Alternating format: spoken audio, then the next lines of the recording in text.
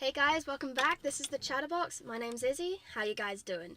Today we have a special guest. We actually have some guy that I've just met up on the street. Yeah, that's me. I was just waiting outside. I was in the doorway. I was like, hey, please. I need anything. Yeah. No, but this guy I've met through one of my mates. My mate Archie, who was on about 2 weeks ago. Huh? I love that guy. Just thought I'd join in. Just thought you'd join in. Lovely Okay. boy. So, yeah. What's your name? My name is William Osborne, fun fact. And I'm an artist entitled Bilby Rabbit. You can find me on Spotify, iTunes, Deezer, any other place you can think of. I'm probably there. I don't know. You don't know? Yeah. Alright, well, that's one of the main reasons we've got William on today, because he's a singer. What do? You rap, right? I rap mostly. Occasionally I sing, and it's very embarrassing because I don't know what I'm doing, so I'm just until something goes right. Yeah. You're just voice breaking and just hope for the best. Yeah, hopefully, yeah. And then it sounds good, and then I'm like, okay, cool. At least I think it sounds good. Then again, I'm biased. So you just use autotune? Yeah, constantly? 100%. I'm in that new wave. Lil. I'm going to change my name to Lil Bilby. Oh no. Lil Bilby. Please don't. It'll roll right off the tongue. Lil Bilby. In fact, it's just going to be blah, blah, blah. That's going to be my name in the end. Blah, blah, blah, blah. Alright. Catch you. Yeah. So yeah, I want to talk to you about music. Yes. And your music in particular. Thank you. Yeah. So, tell us about how you started music, how you first got into it. I never really... The issue is I started music when I was about 16, and I started actually writing music and making music, making tracks to go with lyrics at the age of 16. But I've always been interested in music. I've been interested in like the culture behind it, and like the movements it makes, and kind of the context that goes behind music. Okay. And I think mostly, actually, the way it ended up being was I always wrote down ideas that I was like, okay, I want to develop these. I want to put these into some form of art or just any sort of medium. Mm-hmm. And it was just by chance that they came out as music. Okay. And hopefully that carries on because I enjoy doing it. So you weren't planning to make... No. You weren't planning no. for it to end up as music? Yeah. What's strange is I've met so many people that like knew from the minute they were born, was like, I'm going to have a microphone in my hand instead of like a milk bottle. As like a baby that were always ready. But like I never knew. I still don't know what I'm doing. I don't even know how I got here. I'm pretty sure I'm on acid.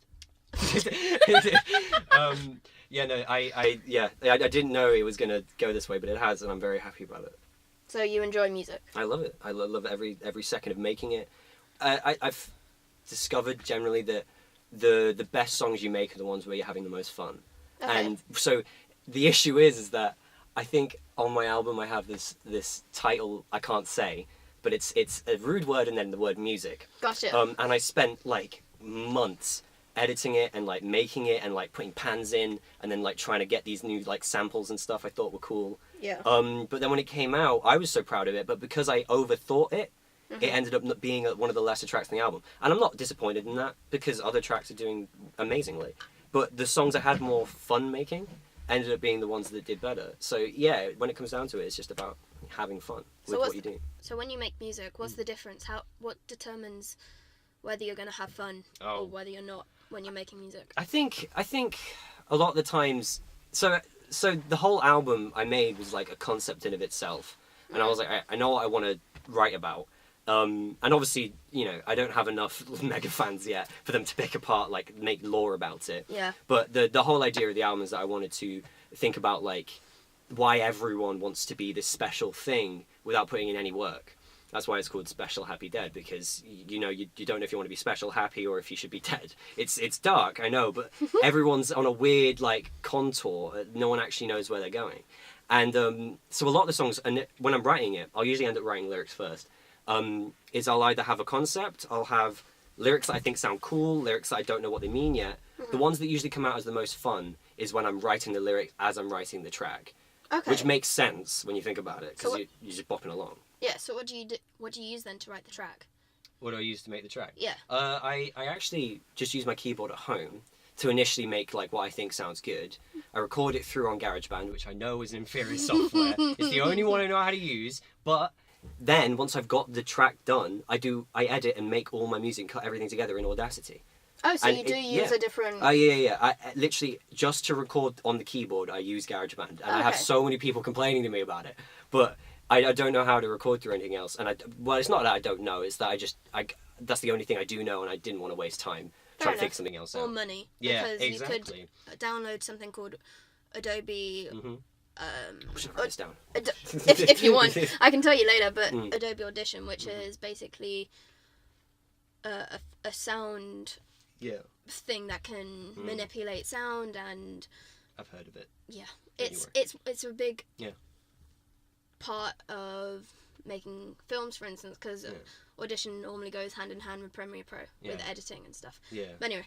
Yeah. Not talking about that. Yeah. Because that also costs money too, and GarageBand is... Yeah, it was honestly that I saw it had these different things ready, like, on my laptop. Because I always wanted to make my own podcast. Yeah. Never ended up doing it because the person I was doing it with decided they were too scared. That's fine. No shade. Anyway. You're not salty or I'm anything. not salty about it at all. It's only been 3 years. Anyway. So I from then on I went to... What was it? Yeah, and then I've been editing videos my whole life. What kind of videos? Huh? What kind of videos? I used to make YouTube videos, actually. What? Yeah, I know. I really don't want anyone to find them. I'm not going to give the name. I'm not going to give the name on my old channel, because then it's just going to be a torrent of bullies. I'm going to get bullied by people who find my old 10-year-old self talking about sombreros and stuff. I don't want it. Anyway, so I've always been editing. I've always been mixing around on... I was into DJing for a bit. And so I had all these different softwares, and I was like, hey, I could do something with this after a while, and then I started making music. So it's less that I am an amateur technically, but it's more that I had all these skills, and then I was like, okay, I can actually make an art. You can make something from it. Something valid. Yeah. Yeah.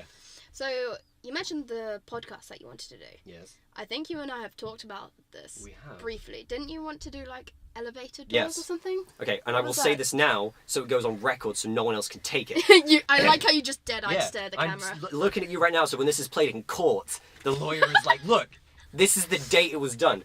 So I have this idea, which eventually, when I get the funding... 04.Feb.2019. Yeah, there you go. Any form of money to do it. I had this idea, right, where every week as a guest, or not every week, just whenever I can do it, and I think it will end up being like bi-weekly because it's difficult getting guests on at the right time. I mean, I was ill last week, you struggled getting me on. Yeah, but I was able to, anytime I've got a podcast and I've got a guest lined up to come, I always have a backup. Like, it just so happens that my friends Jake and Rita were available, so I was like, hey guys, can you pop on the podcast? They were like, yeah, sure.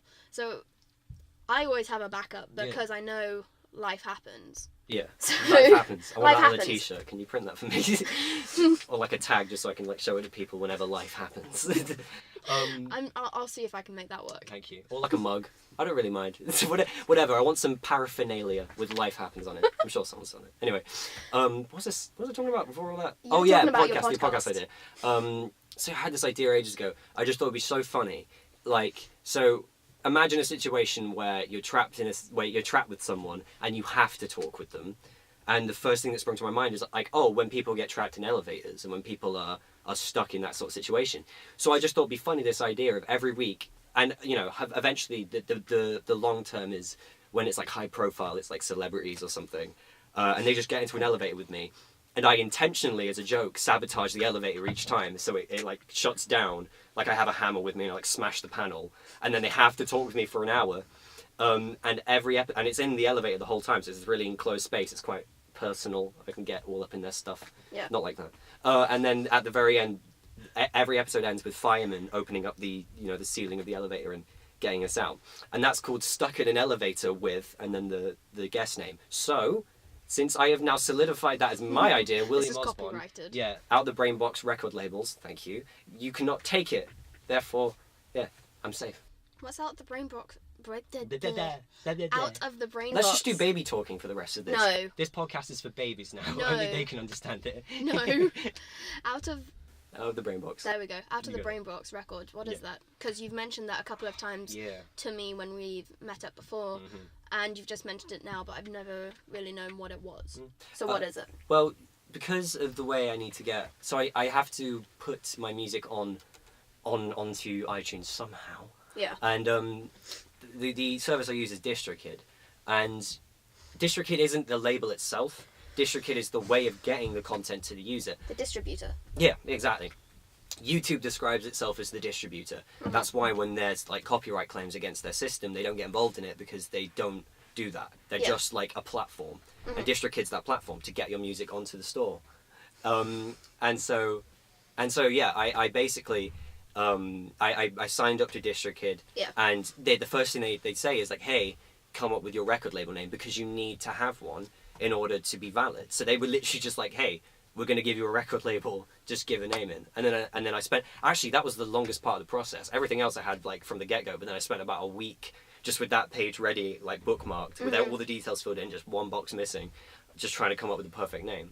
And Out the Brain Box is just the record label I currently run, which I also want later on to become more of like a group of people that want to make music. And I'm currently trying to form a team of like rappers and people who want to go on tour or whatever. And so like an actual record label. Yeah, 100%. And eventually it becomes like, it won't just be like Bilby Rabbit show, it'll be Out the Brain Box, and hopefully that will get some traction. Hopefully. Yeah. Right. How long has it been? It's been 15 minutes since we've started, ish. Word, I speak so much. No, it's fine. It's good. You're on a podcast to speak. I feel like I should ask you more questions. No, you're on my podcast, so Okay. I ask you questions. Yeah. But anyway, we're gonna have a break. We're gonna have a song, and we'll hear back in a sec. Yes, we shall. Yes. Lovely.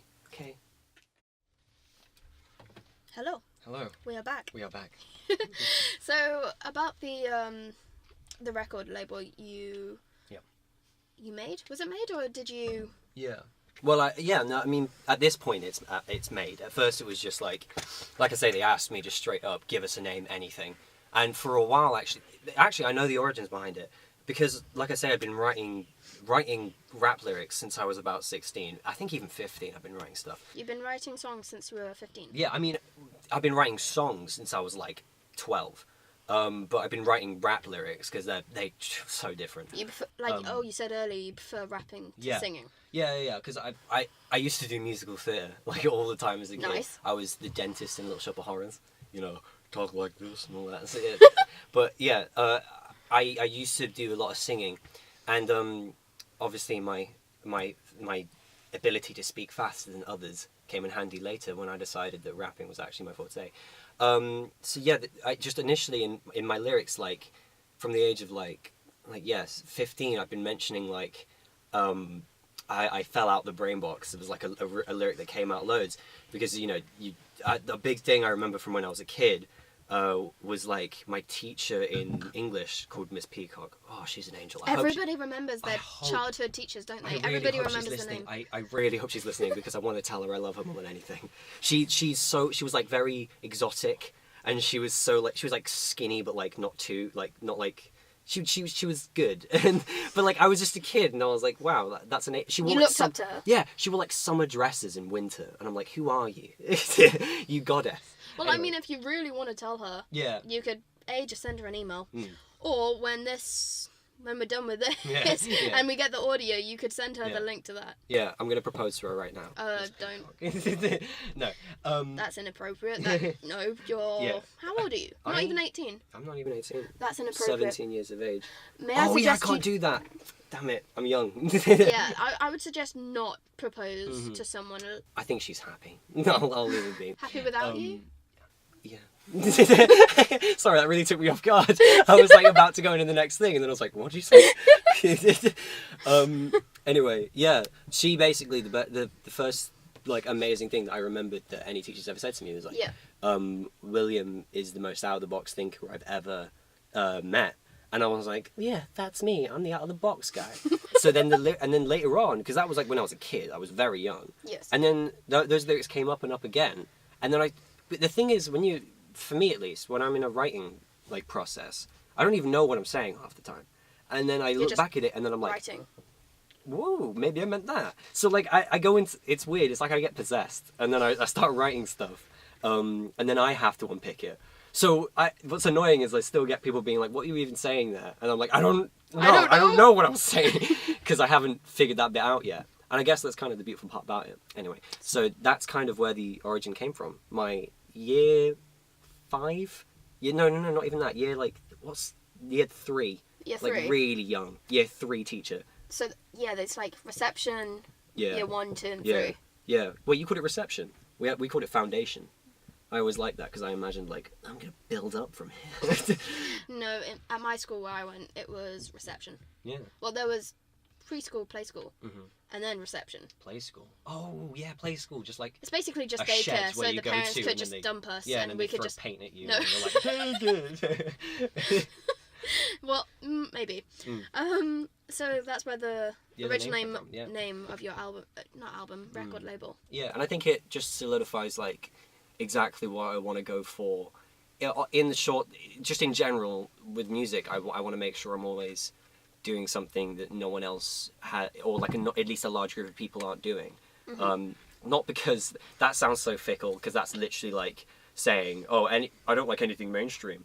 But I just think with so much already, like everyone's doing music now, and everyone's making movies, and you're never gonna get heard because it's just luck. So much It's just competition, luck. and it's just. Yeah, exactly. I mean, it's just about the right place at the right time, and I think you can increase your chances by just doing something new. So it's more about a business like point of view than me being a terrible person. It's about me. It's about me deciding like it's already pretty low chances as it is. I want to make sure I have a good chance of being heard. So. And yeah. how do you do that? What? Put like Get a chance of being heard. Because in this day and age, like you said, everybody's making films, everybody's making music. Yeah. What's different about you? What makes you stand out to make you heard? I feel like I'm doing a pitch now. Is this Dragon's Den? This is when the wall behind you just drops. And there's like 4 people right behind you with clipboards and stuff. It's the Truman Show. There's just cameras everywhere. I'm sweating. I basically. At first, I was like, so Tyler the Creator is one of my big inspirations, and I remember telling you this when we first met. I was like, I don't want to tell people who my inspirations are because then immediately people compare you to them without like even if they don't know they're doing it. They think like, well, that's not a lot like that guy. What, in that accent? Yeah, exactly. Every time anyone says anything like that, I just translate it to. Anyway, in my. So Tyler, in his like younger years, he went to the total extreme of that, which I don't think I'd ever fully go to as well, just because I don't think I can reach it. But he made sure to say like the most inappropriate stuff, the most like kind of whoa, what Taboo, are you doing almost? there? Huh? Taboo, definitely. That's probably the best way of putting it. But the one thing he said was like, if you call it taboo, you're putting it in a box because it's the context behind why I said all that, which is the art form. And did he actually say that? Yeah, he said. Oh wow! He said I'm nothing like that. This was in his younger years. He hasn't said this recently, but I remember him saying it's the context. Even in one of his songs, I think Radicals. I can't remember. He's literally like, think past the music before you put it in a box, and he's saying like, it's about the context behind why anyone's saying anything at all, which is kind of the art form when it comes down to it. And at first I was like, I want to do that. So there are definitely some songs like the one I talked about earlier, the one that's a rude word, and then music. That song in my album is just it's all that. I go all out. There's one song called 04.Feb.2019, which is just again the lyrics are just off the hook. Off the chisity chain. Oh my god! you dead-eyed stare me, and I was like, yeah, he's gonna say it. He's gonna say something. He's gonna say something. He's gonna do it. You like tightened up. You're like, it's like, oh no, don't. He's done it. So to make sure I'm at least doing something different at all times, I think I'll challenge myself to try and say something that people go like, hold on, buddy, what are you saying there? Like when my mum listens to my music, sometimes I'll put my songs on the Alexa, and she'll just because she's so proud of me, and I love her. That's She's nice, so though. Supportive. My whole family's supportive, but my mum more than anything. She keeps saying like, you sound like Eminem, like in that very mum way where they like move their shoulders up and down, and they're like, ew. And they like, because she doesn't like rap, but she pretends to like it for me, and I love that. That's how you know someone loves you. When they pretend to care about something they blatantly don't care about. When they make an effort. Yeah. So to pretend to like it. Yeah, exactly. So every time she listens to my music, I can see her going like, like with her eyes like looking everywhere, and I'm like, you don't have to pretend to like it, but she always does. I love it. Oh, that's nice. You said your whole family likes your music. Oh, I wouldn't say likes, but they definitely They tolerate it. They tolerate it. No, they're proud of what I've done, and I think that's so lovely because it's hard to come across. Just generally speaking, for a whole, because I've got a large family. For a family that large, it's 7 including me. And including your parents? Yeah, and including my parents. So Okay. it's 4 other siblings, and then parents are 7. To just for every single one of them to be supportive of what you're doing, you don't get that chance a lot. So I am very thankful for it. But it doesn't necessarily mean they like it because everyone in my family is so different. Like my brother likes drum and bass. My sister likes like chill grime. But that's still music. Yeah. That's interesting because they are all very heavily musically involved. Every single person in my family loves music. So they just have their own. They just have their own little thing, and I don't. Like yeah. subgenre. Yeah, I cannot Yeah, speak. I know. I was gonna say. It's like I'm letting you speak all the time. Yeah. I don't know how to speak. I'm I'm out of giving you cotton practice. mouth Exactly. because I'm- blah, blah, blah. So everybody is very family orientated. So not all.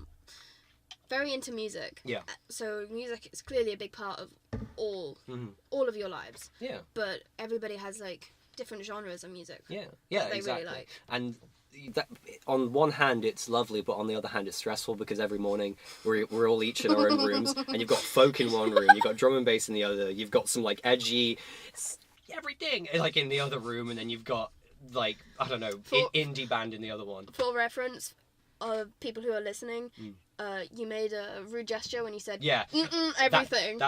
We're filming right now. Yeah, and we're filming. Only people watching it will be able to see the rude gesture I made. So, yes, you'll have to go to my YouTube channel to see that.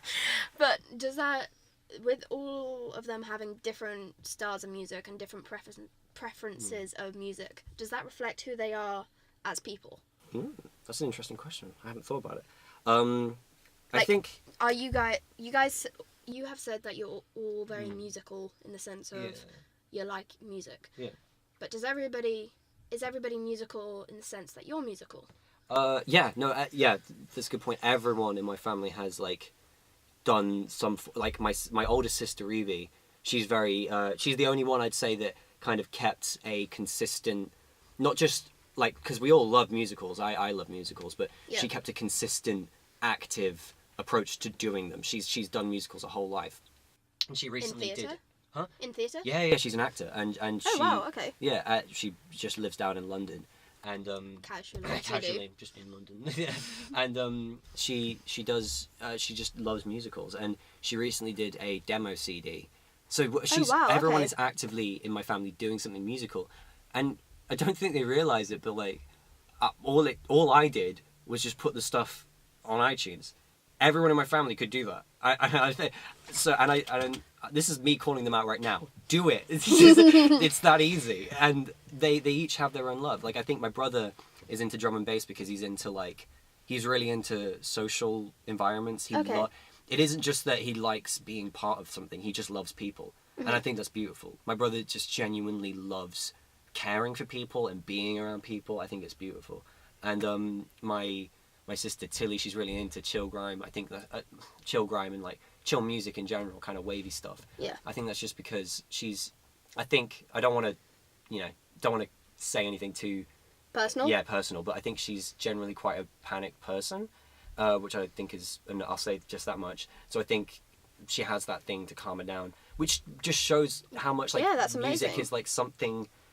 Connecting to people, and it connects to everything. And I think you connect memories and feelings to music you hear. Like the song we were playing just before the podcast came live, "Good Grief." Yeah, by Bastille. Yeah, that was like one of the happiest moments of my life when I first heard that song. So every time I hear it, I burst out into singing, and I'm like, I feel alive. Oh, I know, and let me tell you, you're a terrible singer. You saw me singing. I suck.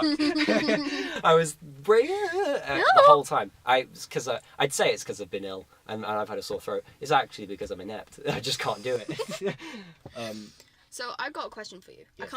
I don't think it was Tilly. I think it was your other sister who's actor. Evie. Yeah.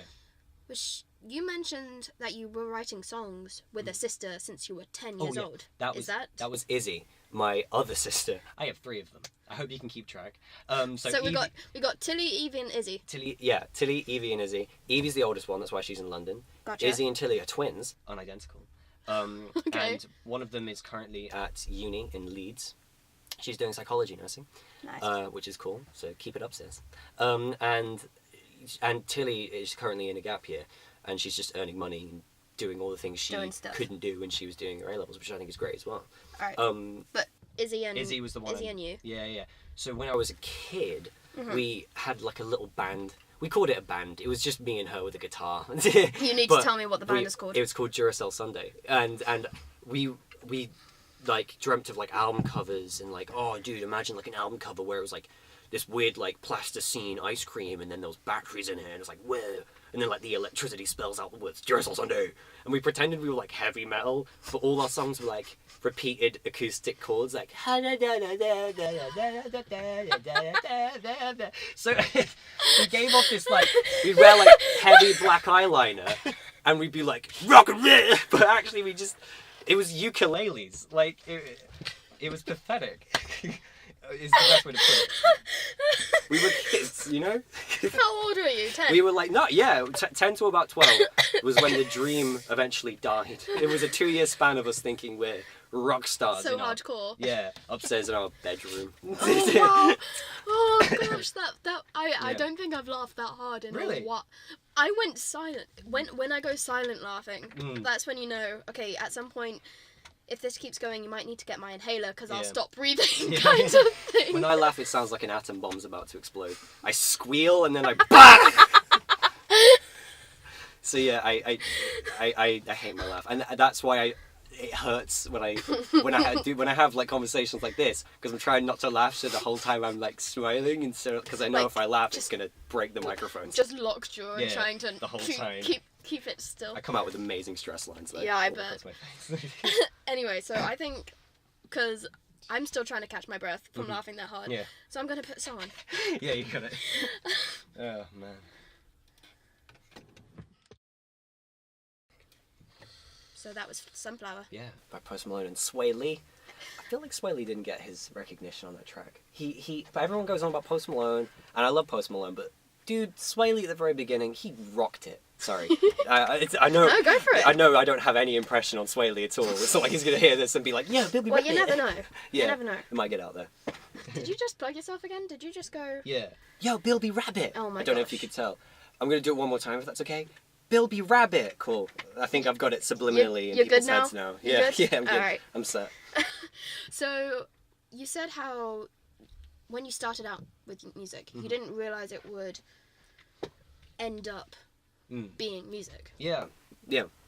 Just, no, the thing is like, when I wrote most of the ideas I had for any of the songs I was writing, so it's 15 songs, and each of them started as, so in the album Special Happy Dead, each one just started as like something I wrote down, and then I was like, okay, where do I go with that? Yeah. And because it didn't initially start as, and again, because you know how I mentioned earlier that I don't know where my thoughts are going half the time. A lot of them, when I initially wrote it down, I was like, that's a different idea. And they're each on separate pieces of paper, and I'm like, these are different ideas. But then I realise, just out of the context of which I'm living, these ideas are the same, or not the same, but they connect. And I think that's so interesting, just from a psychology point of view, to consider, like, even if you think you're making new stuff, there's such impact from your environment, like on what you're making, to the point where you don't even realise it.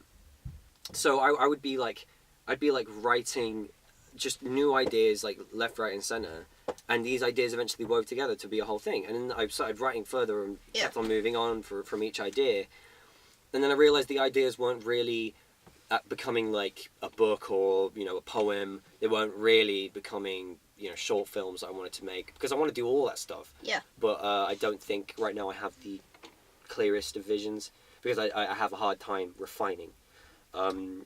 So a lot of the ideas just eventually came out as a rap, and then I was like, hey, I guess I'm making music now. I like I say, I never went into it like, this is what I'm doing. It just kind of happened? It just happened, yeah, exactly. So, how do you think it's going to be like in the future? What do you plan to do in the future? That's the scariest part, actually, is I made this album, and part of me was like, I okay, I'll be content now. Like, now I can, you know, Yeah. sit back in my rocking chair and smoke a pipe and think about the world as it moves on. But no, actually, I'm still itching to do new stuff. And I'm still, you know, I've still got this, you know, this need to do things. And I don't, but that's what is scary, because I don't know if it's going to come out as music again. I don't know if these next, you know, spewings of ideas are going to become a film or, you know, a script. So it hopefully I continue with this, because I think some people like my music. You think? Yeah. I think Let's so. hope. Let's hope people like it. Because otherwise, you being on here is just absolutely pointless. It's pointless. Yeah. Do you want me to go? Yeah. I can go. See ya. No. But would it be a problem if it wasn't music anymore? I don't think I'd have an issue with it. I think the only issue would be from a business point of view. It wouldn't be like it wouldn't be like, yeah, it wouldn't make sense. Because How do you mean by that? What do you mean? well, just that, you know, once you start something, and because I mean, as a growing artist, like, I'm doing well. Don't get me wrong, and I know I've seen the analytics. People do want to listen to my music. Yeah. I think even now when I've just got a few hundred people listening, I still feel a sense of responsibility. Like, if I left now, people would wonder what happened, and part of me is like, I really hope. The thing is, I'm already making new songs and new tracks, so I have no doubt that I'm going to keep making music. I just think it might be one of those deals where, like, you know how Kanye West basically went on for like a 5-year break, and then he was like, okay, I'm back. Like, I think it's going to be one of those deals where, like, I'll decide suddenly to start doing like poetry, and then I'll come back and be like, Arguably, you're already doing poetry. I know, urban poetry. That's me. Yeah, I mean, well, song lyrics, even if it's not rapping, but song lyrics. Some people argue that it is poetry. It is poetry. And rapping in itself, it's a new form of poetry. Yeah, because it's you're expressing your feelings. I totally agree. Just with a backing track. Yeah, and it's exactly the same thing. A lot of people say that because there's this poem I recently read called "Remember." I can't remember who it's by, but she wrote it like on a deathbed, and she. This is sorry to get dark, guys. This is going on a good track. This story. And she just, there was no like over the top like metaphors, similes. There was nothing what's too show offy, but the big point was like, oh, it's the context that it was written, and a lot of music comes from that, and a lot of the time, you know, rappers become these like, you know, oh, they're so filthy, and they rap about all these like disgusting things, like, oh, butts, don't talk about that. But actually, it's the context as to why they're saying that, and it says a lot about, like, you know, over masculinity, I suppose, or it just depends how you look at it. And I think. Well, how do you look at it? What, just like the new wave of music? Sorry, this is going to be disgusting. Lovely. Yeah, sorry. Lovely. I've been ill for a while. I'm so sorry. Yeah, no, the whole Lil. What? Seriously? No, what? The face that you made. Your face got screwed up and everything. I'm sorry. I know people don't want to hear that. I know people don't. I've had... Okay, what was it? This is going to be disgusting, so I'm just going to get it out of the way. I've had a respiratory infection. I couldn't breathe for like a week. You experienced it. I wasn't asking! No, but I feel like I'm obliged to tell people now, because I'm insecure. You made me insecure. Thank you. Sorry. That's why, like, the more I speak, I'm like, I can't breathe. But yeah, I'm fully recovered. I'm not going to die. I'm all good. Sorry, do you want me to give you time? I'll speak, so you get your breath back. What's the point? Oh yeah, the whole Lil generation. Yeah, no, the thing I feel about the whole Lil boat stuff, Lil Yachty. I like some of them, and I think some of them are trying new stuff. I think what's annoying is a lot of them will always be looked at as featured artists. Right. I've noticed that the whole Lil generation, I can't think of anyone that says, oh, that's my favourite artist. Mm-hmm. Maybe there's some Lil Yachty people out there. Maybe there's some Lil Pump people out there. But I think when it comes down to it, everyone is like, Drake, Kanye. There's always someone that's up there. Travis Scott. There's always someone who's like, I could listen to that 24/7 and not get bored of it. Yeah. But the thing is with these Lils, it's always, you know, there's like one song that is insanely popular in like a year, and then there's like 7 songs that aren't so. And I think that makes them fall into this trap of they'll always be a featured artist. And that's kind of sad in a way, because it's not even their fault. Like, they're just making music. And just because of how their music is popularized, they're now falling fault of this, like, you'll always, you know, just be seen as like, oh, he was featured in that song with Drake, you know, or like, oh yeah, Kanye West did that thing with Lil Pump, you know, it in a way, it's a little bit sad. It's a What do tragedy. you think that will happen to you? Because you had said at the beginning of the podcast that you like trying new stuff. Yeah. And you've just said that these guys are the ones trying new stuff. Yeah. Well. So do you think that could happen to you, and you could get into a really side? That's deep. No, I pay attention to what people say. Funnily enough. I think. Well, I think because with the whole Lil thing, it's a lot about like lean. It's a lot about, you know, it's predictable. Yeah. The reason I say they're doing new stuff is because they're the new generation of rap. They've evolved from, you know, it's. I mean, think about it. It's evolved from like the notorious B.I.G. from Tupac all the way down to Lil's, and that is the evolution of rap. So arguably, either way they are doing something new. Mm-hmm. But I do think the one thing I will stand by is I think it is predictable, and I think you can go into a rapper entitled Lil something, and you know what you're in for. Mm-hmm. And I think as I change as a person, my music will change. And I know we were making jokes about how terrible my singing is, but I do want to do some singing tracks later. I want to do more ballads. Oh my god, sorry. No, it's the illness coming through again. I do want to do more ballads. I want to do like some kind of eerie piano tracks, and yeah, I don't think. Hopefully, I won't fall flat on my face, because I am trying to change with the music. Right. So try to keep up to date with what's happening now. Yeah. Okay. Yeah, well, I mean, not even that. I guess what I mean more is that I want, so long as I'm changing as a person and that directly affects how my music changes, so long as I don't become like 20 and I'm still talking about like, yeah, you know, I don't like your mama. Like, so long as I'm not still... With that high-pitched 13-year-old voice exactly. that hasn't broken yet when you're 20. I mean, that's how I rap now. Yeah, man. Back up. Please don't. So yeah, no, it's this. I hope I still don't sound like that when I'm 20. But also, you hope your voice will have broken by then. Yeah, hopefully. I haven't gone through puberty yet. No, clearly. You can tell. I can't grow facial hair. I wasn't asking about your facial You hair. mentioned puberty. I didn't mention puberty. That was you. You brought it up. I mentioned about your voice breaking, not about you going through puberty. Okay. Fine. You caught me red-handed. Let's move on before this gets weird. It's already weird. Yeah. It was weird about 40 minutes ago. It was weird when you let me in the room. Yeah, when the podcast started. But yeah, I just find it funny, like, when you're talking, you're clearly very, very... No, I didn't mean about that. It's really strange when you exist. Have you noticed that? It's really weird. I wasn't talking about that. But it's very clear you're very passionate as to A, what you're talking about, and B, what you're doing. Because the amount of hand gestures that you're doing, and your hands are going this way, your hands going up there, your eyes are popping out of your head. That's just the ADHD, that isn't... ADHD? That isn't actually me.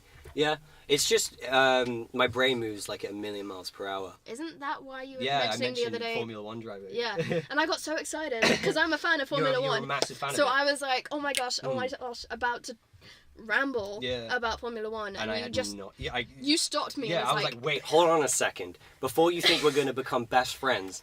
Wait, the only we're not? reason, yeah, sorry. The only reason I watch Formula 1 is because for the only time ever, my brain is moving at the same pace as the thing I'm seeing. so I'm finally like, my brain is moving at the same pace as something. That's crazy. I can keep up with this. And I know how that sounds like I'm bragging, but genuinely, I can't sleep. I find it difficult keeping concentrated in like lessons and in lectures. I'm pretty sure when I was a kid, we'd go to the movies, and then if I got bored of the movie I was watching, I'd get up and go to my parents and be like, I'm leaving, and then I'd just go, and they'd be like, what? Then they'd like, get up and be like, I guess one of us should go.